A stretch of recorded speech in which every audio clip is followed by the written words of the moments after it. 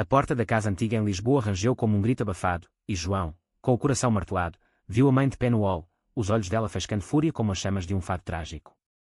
Você é uma vergonha para esta família, um pecado que eu nunca imaginei carregar no ventre, cuspiu ela, as palavras cortando mais fundo que qualquer navalha, enquanto ele, aos 22 anos, sentia o mundo ruir sob seus pés.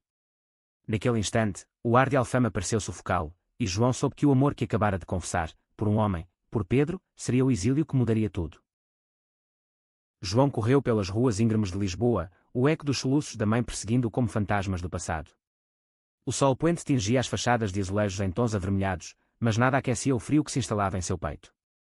Ele parou na beira do Tejo, as águas escuras lambendo as pedras como um convite ao esquecimento, e pensou em Pedro, o rapaz de sorriso torto que o salvara de noites solitárias na universidade. Como contar a ele? Como reconstruir uma vida quando a própria raiz a rejeitava? Mas o telefone vibrou em seu bolso, uma mensagem de Pedro: onde estás? Sinto-te mesmo agora. E ali, sob as estrelas que começavam a piscar, João digitou as palavras que selariam seu destino: venho para ti. Para sempre. Os dias seguintes foram um turbilhão de dor e determinação. João, filho único de uma família conservadora de Sintra, crescera entre as lendas de cavaleiros e rainhas, mas nunca imaginara que sua própria história seria de proscrito. A mãe, Maria, viúva desde que o pai morrera em um acidente no mar, via no filho a continuação de uma linhagem imaculada, ancorada na fé católica e nas tradições portuguesas que ela defendia como muralhas.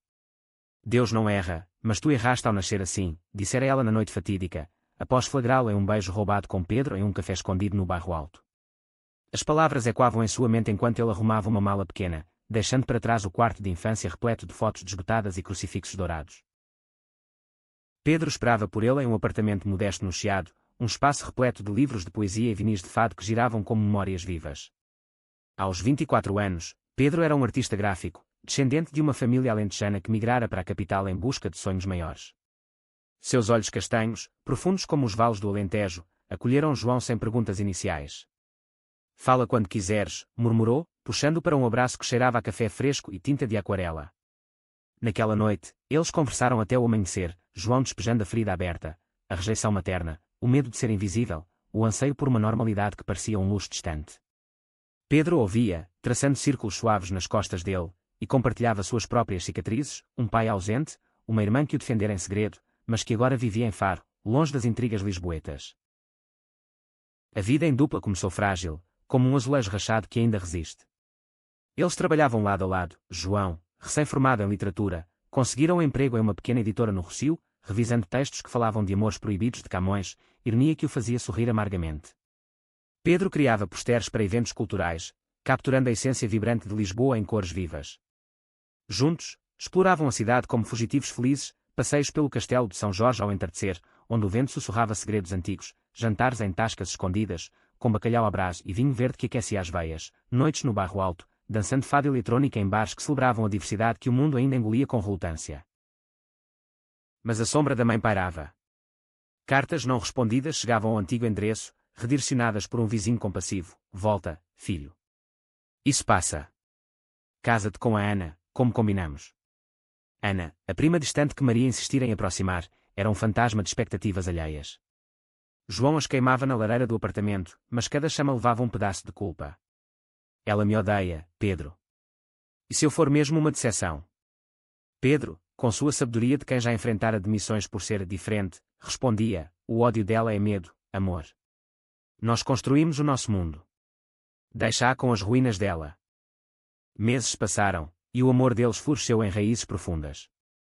Eles adotaram um gato malhado chamado Fado, que miava nas madrugadas como se cantasse lamentos esquecidos.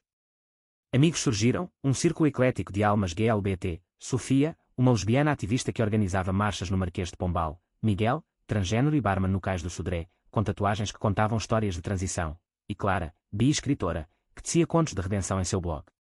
Nessas reuniões, rindo de piadas afiadas sobre a hipocrisia lisboeta, João sentia pela primeira vez o gosto da família escolhida.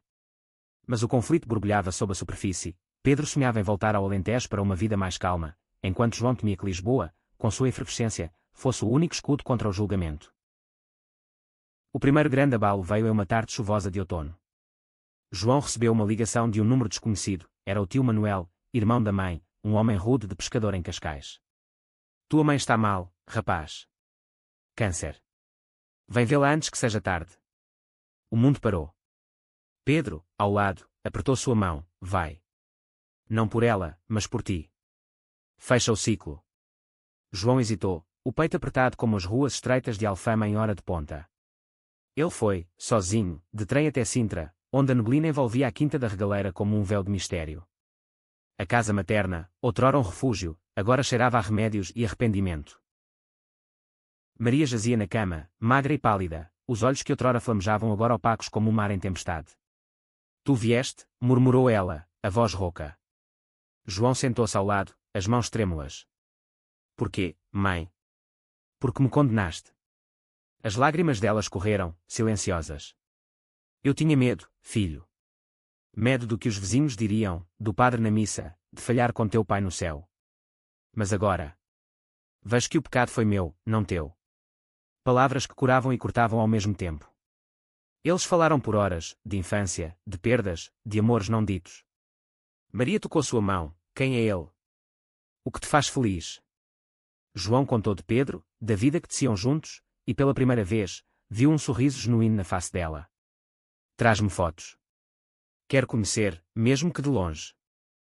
Mas o destino, caprichoso como o fado, reservava reviravoltas. Ao voltar a Lisboa, João encontrou Pedro agitado, o apartamento em desordem. Minha irmã ligou. O pai dela, nosso pai, na verdade, descobriu sobre nós. Ele é conservador, de Évora, e ameaça cortar laços se eu não o endireitar. Pedro, que sempre parecera inabalável, desabava agora, revelando camadas de vulnerabilidade que João nunca vira. Eu pensei que estávamos livres, mas o preconceito é uma herança, amor. Como lutar contra sangue. A noite foi de silêncios pesados, interrompidos por abraços que prometiam resistência. Eles decidiram enfrentar uma viagem ao Alentejo, para confrontar o pai de Pedro, transformando o medo em ponte. A estrada para Évora serpenteava por planícies douradas de sobreiros, o ar seco carregado de cheiro de cortiça e ervas selvagens. João dirigia, a mão de Pedro no joelho dele como âncora. Chegaram ao vilarejo ao pôr do sol, onde casas brancas se aninhavam contra o horizonte infinito. O pai de Pedro, António, um homem de mãos calejadas pelo trabalho na vinícola, recebeu-os na porta com um olhar de granito. Então é isto que trouxeste para casa, filho? Um homem em vez de uma mulher. As palavras caíram como pedras em um poço seco. Pedro ergueu a voz, pela primeira vez desafiando abertamente, é o meu amor, pai. O que me faz inteiro. Se não o aceitas, perdes-me. O jantar foi tenso, pratos de migas e ensopado de borrego servidos em silêncio cortante. A irmã de Pedro, Lúcia, tentava mediar, seus olhos suplicantes. Pai, os tempos mudaram. Olha para eles, vêem o amor que eu vejo. Mas António, marcado por uma juventude de ditadura e moral rígida, explodia, amor. Isso é contra a natura. Eu criei-te para continuar a família, não para esta aberração. João, sentindo o pulso acelerado, interveio, Senhor, eu sei o que é ser rejeitado pela família. Minha mãe me expulsou por isso. Mas construí uma nova, com Pedro, com amigos que nos abraçam. O amor não destrói, cura. As palavras pairaram, e pela primeira vez, António baixou os olhos, murmurando algo sobre pensar nisso. A noite os encontrou em um quarto de hóspedes, o luar filtrando pelas persianas. Obrigado por ficares, sussurrou Pedro, beijando a testa de João. Tu me dás coragem. Mas o amanhecer trouxe o clímax inesperado. António, de pé na cozinha, com uma garrafa de vinho tinto na mão, confessou, eu tive um irmão, sabes? Ele era como vocês. Escondi-o, por vergonha. Ele se foi cedo, sozinho. Não quero isso para ti, filho. Lágrimas raras escorreram pelo rosto enrugado. Era uma revelação que abria feridas antigas, mas também portas. Eles partiram com um abraço hesitante, uma promessa de visitas futuras, não imediata, mas possível. De volta a Lisboa, o momento os impulsionou. João, inspirado, começou a escrever um livro, Memórias de Exílio Emocional, entrelaçadas com o fado da identidade. Pedro ilustrou as páginas com desenhos delicados de casais sob o céu português. Sofia, a ativista, conectou-os a uma rede de apoio GLBT, onde histórias semelhantes teciam uma tapeçaria de resiliência. Mas o destino girava novamente, uma carta da mãe de João chegou, frágil em papel amarelado. Estou melhorando, filho. Traga Pedro. Quero abençoar o que eu amaldiçoei. O coração de João saltou, redenção à vista. A viagem a Sintra foi carregada de expectativa. Maria, agora em remissão, esperava na varanda, o sol de primavera iluminando seu rosto recuperado. Pedro, nervoso, ofereceu flores do mercado de Lisboa, rosas vermelhas como o amor que não se esconde. Muito prazer, senhora. Eu amo seu filho mais que tudo. Maria, com olhos úmidos, estendeu a mão. Chama-me mãe, rapaz. E perdoa uma velha tola. O almoço foi de lágrimas e risos, histórias fluindo como vinho de colares, João contando das aventuras no Chiado, Pedro descrevendo o Alentejo como um paraíso de horizontes. Pela primeira vez, João sentiu o fechamento de um círculo, a família biológica e a escolhida, entrelaçadas. Porém, o conflito não acabara. Em uma noite de verão, durante a Parada do Orgulho em Lisboa, um grupo de manifestantes conservadores invadiu o evento no Terreiro do Paço, gritando insultos e arremessando garrafas. João e Pedro, de mãos dadas na multidão colorida, foram alvos, aberrações. Voltem para o inferno. Uma garrafa acertou o ombro de Pedro, e o caos explodiu. João o protegeu, arrastando-o para uma rua lateral, mas o medo reacendeu velhas inseguranças. E se um dia isso nos separe, amor? Se o mundo ganhar? Pedro, com o braço enfaixado, respondeu feroz, então lutamos mais. Nossa família é mais forte que ódio. A reviravolta veio de onde menos esperavam. Lúcia, irmã de Pedro, anunciou sua gravidez. Quero que sejam tios e padrinhos, se aceitarem. A notícia os encheu de uma alegria inesperada, a chance de perpetuar o amor sem biologia direta. Eles mergulharam na preparação, pintando um quarto no apartamento para visitas, sonhando com um futuro expandido. Mas Maria, sentindo a fragilidade da vida, propôs algo radical: venham morar aqui em Sintra por um tempo. Reconstruamos juntos. João hesitou. Lisboa era liberdade, mas Sintra, raízes curadas. O outono trouxe o teste final. António, pai de Pedro, apareceu sem aviso em Lisboa, o rosto marcado por uma decisão noturna. Eu vim para a parada do ano que vem. Com vocês. Era um passo trôpego, mas real. Eles o levaram ao Tejo, onde o sol se punha em chamas, e conversaram até a lua subir. Eu errei, filho. Mas aprendo devagar. Lágrimas selaram a paz, uma família estendida, tecida de fios rompidos e reatados. Anos fluíram como o Douro em vindima. João publicou o livro, um best-seller que ecoou em feiras de Frankfurt e palestras em Coimbra, inspirando jovens a saírem das sombras. Pedro abriu um estúdio de design, contratando artistas que de todo Portugal. A criança de Lúcia, um menino chamado Afonso, cresceu correndo entre Alfama e Évora, chamando-os de tios especiais. Maria, agora avó improvável, tricotava mantas para ele, sussurrando fados de amor eterno. E João, olhando para Pedro uma noite, sob as estrelas de Sintra, soube, ele construíra não só uma família, mas um legado, de amor que desafia condenações, de corações que renascem das cinzas do preconceito. Mas o destino, sempre o brincalhão, guardava um último sussurro. Em uma carta final, antes de partir em paz, Maria escreveu: eu te condenei, filho, mas tu me salvaste. Esta família que eu nunca conheci de verdade. É o céu que eu merecia. João leu em voz alta para Pedro, as palavras dissolvendo em pranto compartilhado. E ali, abraçados, eles prometeram, para as gerações vindouras, o amor seria lei, não exceção. O sucesso do livro de João irrompeu como uma onda no Atlântico, varrendo as praias da opinião pública portuguesa com críticas elogiosas no Jornal de Notícias e convites para debates na Fundação Calouste Gulbenkian. Uma voz autêntica da resiliência que era em Portugal, proclamava um resenhista, e João, de repente, via seu nome em letreiros luminosos do Chiado. Mas a fama trazia espinhos, mensagens anônimas nas redes sociais, e quando o veneno da manhã nos antes, traidores da tradição. E olhares curiosos nas ruas, misturando admiração e julgamento. Pedro, sempre o âncora, brincava: agora és estrela, amor. Mas lembra, eu te amava antes das luzes. Em meio ao turbilhão, um telefonema do passado o pegou desprevenido. Era Rui, amigo de infância de Sintra, o garoto com quem dividira aventuras nas florestas da serra, escalando rochas e sonhando com tesouros piratas. Li teu livro, João. Mudou tudo. Podemos nos ver. Há coisas que preciso dizer. A voz de Rui tremia, carregada de um peso não nomeado. João aceitou, o coração dividido entre curiosidade e cautela. Eles marcaram no Café Nicola, no Rossio, onde o aroma de pastéis de nata se misturava ao burburinho de turistas. Rui chegou com o mesmo sorriso tímido de outrora, mas agora marcado por linhas de uma vida dura, um casamento falhado, uma filha pequena, e um segredo que ele carregava como uma cruz. Eu sempre soube, João.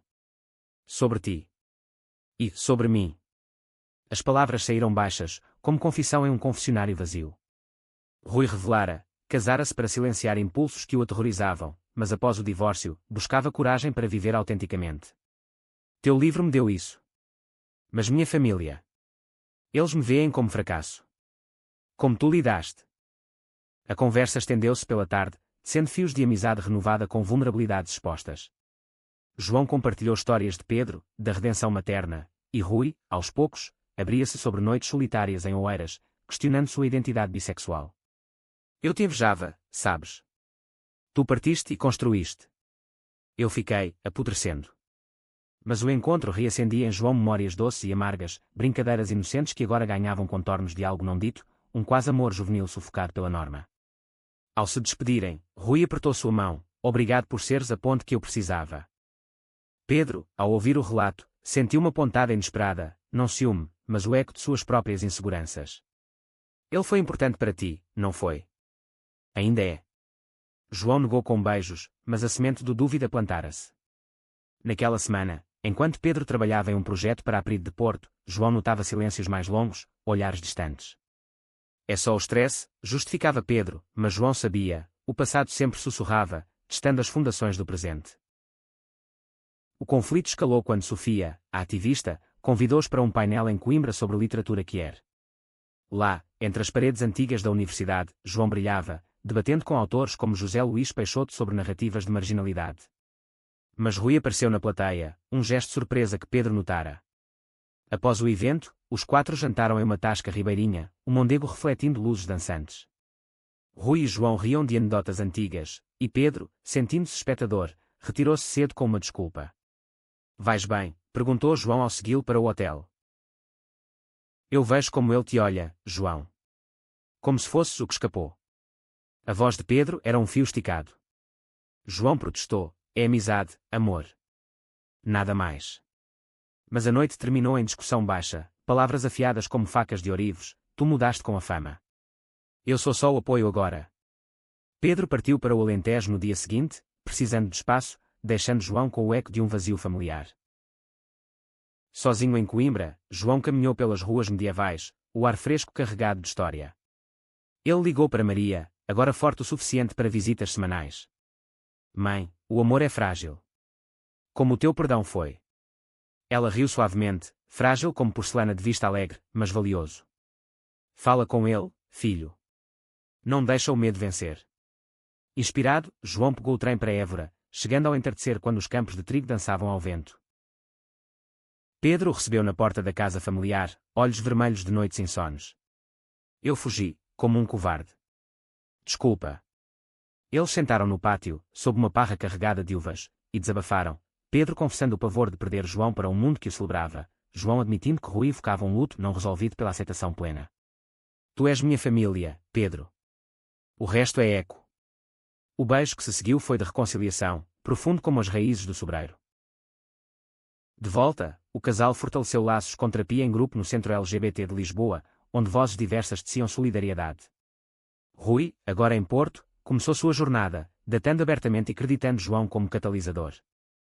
E o nascimento iminente de Afonso trouxe leveza, eles decoraram o quarto com murais de Pedro, inspirados em contos de fadas queer. Mas o clímax se aproximava. Durante uma entrevista na RTP, João recebeu uma pergunta traiçoeira: seu livro romantiza o sofrimento? Não glorifica a vitimização? As palavras o paralisaram, e quando dúvidas internas. Naquela noite, ele confrontou Pedro: e se eu for só isso? Um mártir da causa.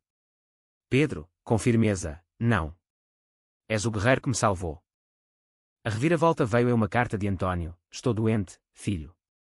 Vem, antes que eu suma como teu tio. A viagem ao Alentejo revelou não só fragilidade física, mas emocional. António, em leito de hospital, entregou uma caixa, fotos antigas de seu irmão perdido, um homem gay que emigrara para Brasil, deixando cartas de amor não enviadas. Eu guardei para não lembrar. Mas agora, dou para ti viver. Era herança de dor transformada em lição. Com isso, João e Pedro adotaram formalmente um papel maior na vida de Afonso, tornando-se guardiões legais durante viagens de Lúcia. Maria, visitando, via a criança e sussurrava: olha que família linda, eu quase perdi. E em uma noite de Natal em Sintra, com todos reunidos, Rui inclusive, como amigo, João ergueu um brinde, pela família que construímos das cinzas. A paternidade, mesmo indireta, irrompeu na vida de João e Pedro como um furacão suave, trazendo alegrias e tormentas inesperadas. Afonso, com seus 2 anos recém-completados, chegava para fins de semana prolongados, seus risos enchendo o apartamento no chiado de uma magia que nem o fado mais melancólico podia ofuscar. Tio João, lê a história do dragão, pedia ele, aninhado no colo, enquanto Pedro preparava panquecas com mel de rosmaninho. João, que outrora via o futuro como um abismo solitário, agora via nele um horizonte povoado de possibilidades, um menino que cresceria sabendo que amor transcende formas e géneros.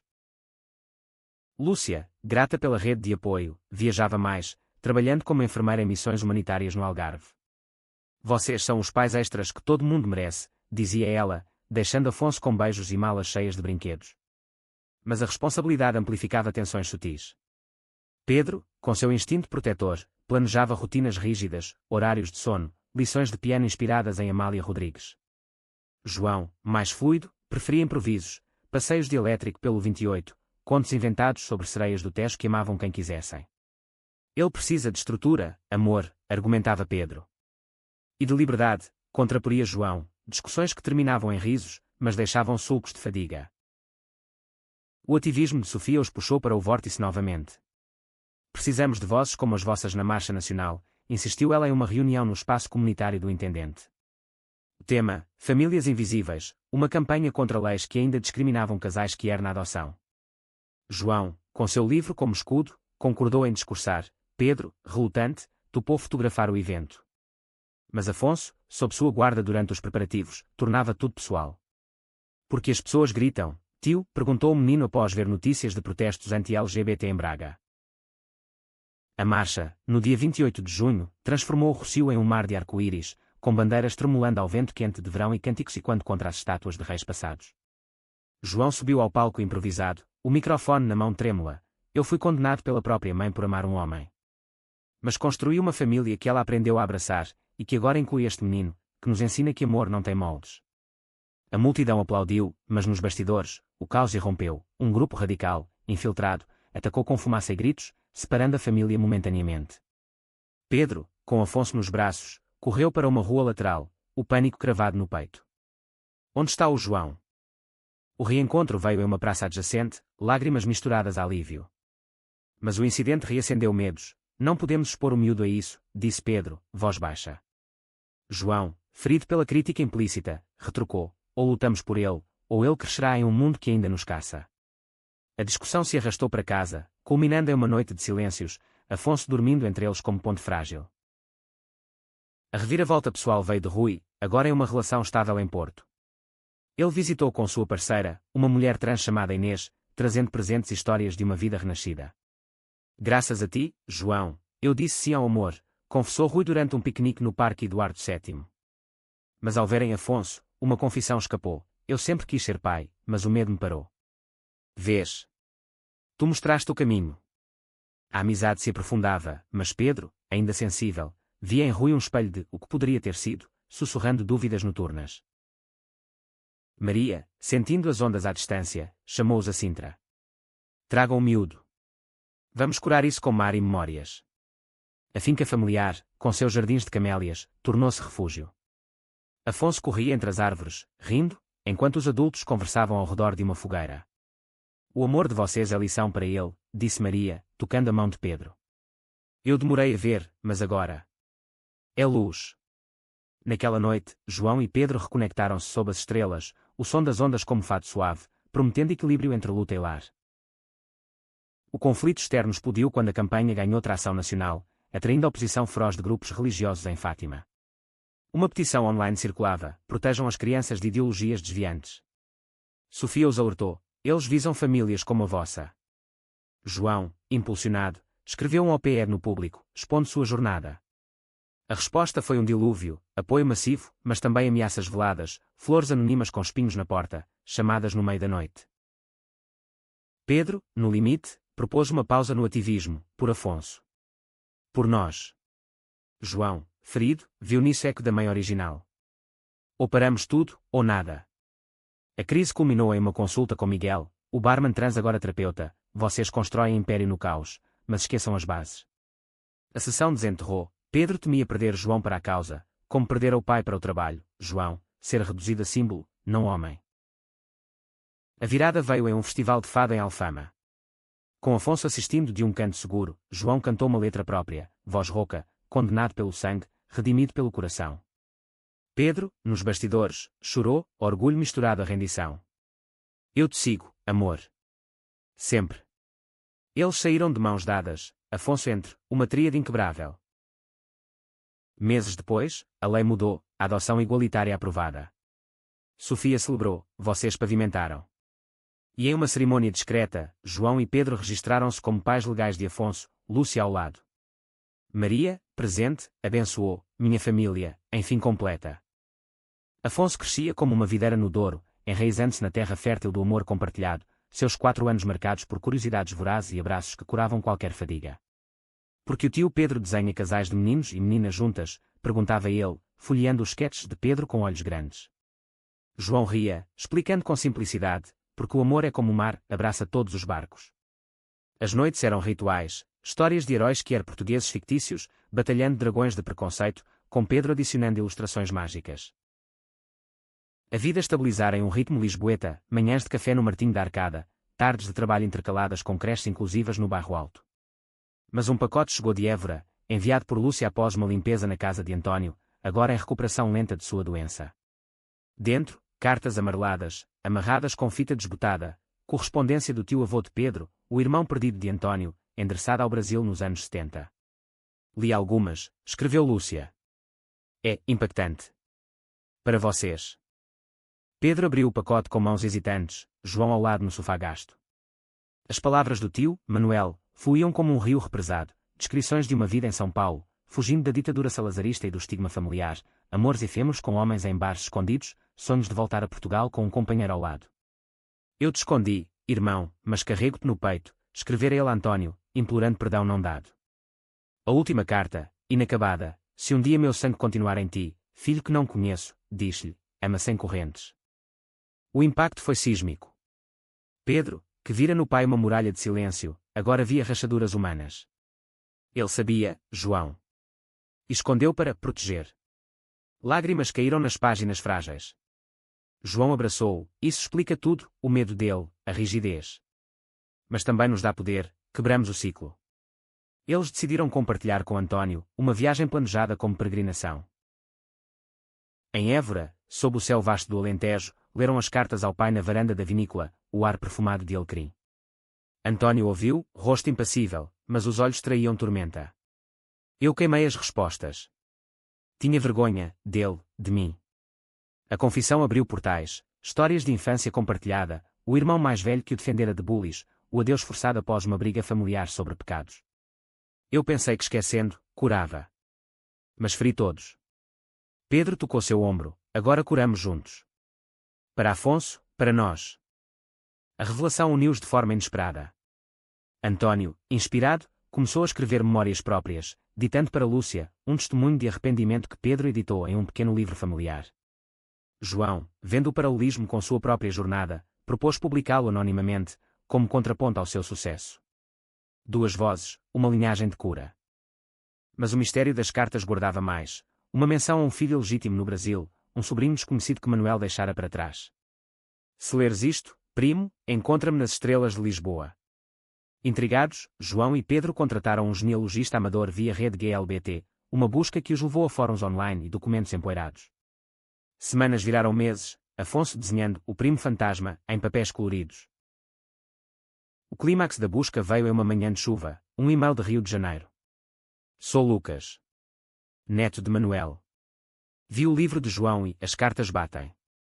Lucas, um homem de 35 anos, designer como Pedro, gay assumido em uma família brasileira acolhedora, planejava uma visita. Quero conhecer as raízes portuguesas que meu avô tanto amava. A chegada de Lucas a Lisboa foi como um fado renascido, abraços no aeroporto de Portela, lágrimas no Tejo. Ele trouxera fotos, Manuel sorrindo em Copacabana, ao lado de um companheiro anónimo. Ele morreu nos 90s, de AIDS, sozinho mas orgulhoso. A família expandiu-se instantaneamente, jantares com Maria, que cozinhava feijoada misturada a bacalhau, passeios com Afonso, que chamava Lucas de tio do sol. Rui e Inês juntaram-se, sendo uma rede transatlântica. Porém, o reencontro testou limites. Antônio, fraco, lutava com ciúmes, ele leva o que era nosso. Pedro mediou, não leva, multiplica. João, escrevendo um prefácio para o livro do pai, via camadas, condenados pelo silêncio, libertos pela verdade. O conflito interno de João ressurgiu quando Lucas, em uma conversa bêbada no bairro Alto, confessou: meu avô falava de um amor de juventude em Portugal, alguém como tu descreves no teu livro. Seria possível um laço perdido? Não, mas a sugestão plantou sementes de dúvida romântica, que João dissipou com Pedro em uma noite de confidências: tu és meu destino, não o passado. A família celebrava o Natal ampliado em Sintra, com Lucas cantando sambas misturados a fados. Afonso, dormindo, sonhava com parentes invisíveis. E João, brindando, soube, das condenações, nasceram constelações. Os anos 5 de Afonso coincidiram com picos profissionais para João e Pedro, um vórtice de oportunidades que testava a elasticidade do lar. João, agora colunista convidado no Expresso, viajava para festivais literários em Paris e Madrid, sua voz ecoando em painéis sobre identidade pós-colonial. Portugal quer, das sombras de Salazar à luz da aceitação, intitulava uma palestra, atraindo aplausos e debates acalorados. Pedro, com seu estúdio florescendo, assinava contratos com a Câmara de Lisboa para murais no metro, cenas de diversidade entrelaçada com motivos tradicionais, como azulejos vivos. Mas o sucesso trazia fraturas invisíveis. Viagens separavam-nos semanas, Afonso reclamando tios ausentes em videochamadas. Maria, agora em uma casa adaptada em Sintra, assumia mais cuidados, mas sua saúde fraquejava, cheques regulares para o câncer em remissão. Vão, filhos. Eu aguento o forte, dizia ela, mas João via o cansaço em seus olhos. A crise irrompeu em uma noite de inverno, quando Pedro, escalando um andaime para o mural no cais do Sodré, escorregou, caindo 3 metros. O hospital de São José encheu-se de família, João correndo do aeroporto de Heathrow, onde lançaram uma tradução espanhola, Lúcia cancelando turnos, Lucas voando de última hora do Rio. Pedro acordou com fratura no braço e concussão leve, mas o susto era o verdadeiro ferimento. Eu pensei. E se não volto para vocês, murmurou ele, pálido sob as luzes frias. João, ao lado da cama, segurou sua mão, não dês sorte ao azar. Nós somos mais que ossos. Mas internamente, o medo o consumia, ecos da perda paterna de Pedro, da doença da mãe. A recuperação foi lenta, semanas de fisioterapia, Pedro confinado ao apartamento, frustrado com pincéis inertes. Eu sou o criador, não o criado, resmungava. João equilibrava colunas, creche e cuidados, exausto mas resoluto. Sofia, solidária, organizou uma vaquinha online, artista que era em recuperação, apoia a criação. Doações fluíram, de fãs anónimos a celebridades como o ator João Vicente, mas também karma por perverter a arte. Pedro, lendo, endurecia, eles não me quebram. A virada veio com Afonso. O menino, sentindo a tensão, desenhou um cartão. Tio Pedro voa de novo, com asas de anjo ao redor de um boneco de braço engessado. Inspirado, Pedro começou a ditar ideias para murais a João, que as esboçava. Vamos fazer um sobre quedas e renascimentos, propôs. O projeto, Quedas do Tejo, tornou-se exposição no MAD, com contribuições de Lucas, painéis digitais do Brasil misturados a fado visual. Enquanto isso, a saúde de Maria declinou. Um cheque revelou metástase, e a família se reuniu em Sintra. Eu vivi o suficiente para ver isso, disse ela, fraca mas serena, rodeada de netos e genros. João leu trechos de seu livro, Pedro cantou um fado suave, Afonso ofereceu flores silvestres. Obrigada por me ensinarem perdão, sussurrou Maria, partindo em uma manhã de névoa, como um conto de Essa de Queiroz. O luto uniu-os mais. O funeral em Sintra, com arco-íris pós-chuva, viu Rui e Inês de mãos dadas, Antônio discursando sobre a redenção. Ela condenou, mas amou no fim. João, escrevendo o obituário, encontrou paz, das cinzas, legados. Pedro, recuperado, completou o mural, figuras caindo e erguendo-se, abraçadas. A exposição lutou, crítica no Diário de Notícias, um hino à resiliência familiar. E em casa, com Afonso dormindo, João e Pedro brindaram, pela mãe que nos uniu. Afonso, aos 7 anos, entrava na escola primária em Lisboa, um marco que ancorava João e Pedro em uma rotina de alegrias cotidianas e lições sutis. Papel e lápis prontos, campeão? Perguntava Pedro toda manhã, ajudando com a mochila decorada com adesivos de arco-íris. João, agora professor adjunto na Universidade Nova, equilibrava aulas sobre literatura contemporânea portuguesa com palestras sobre narrativas queer, inspirando gerações de estudantes a questionarem heranças opressoras. Vocês dois são como super-heróis, dizia Afonso, imaginando-os combatendo monstros de ódio em quadrinhos caseiros.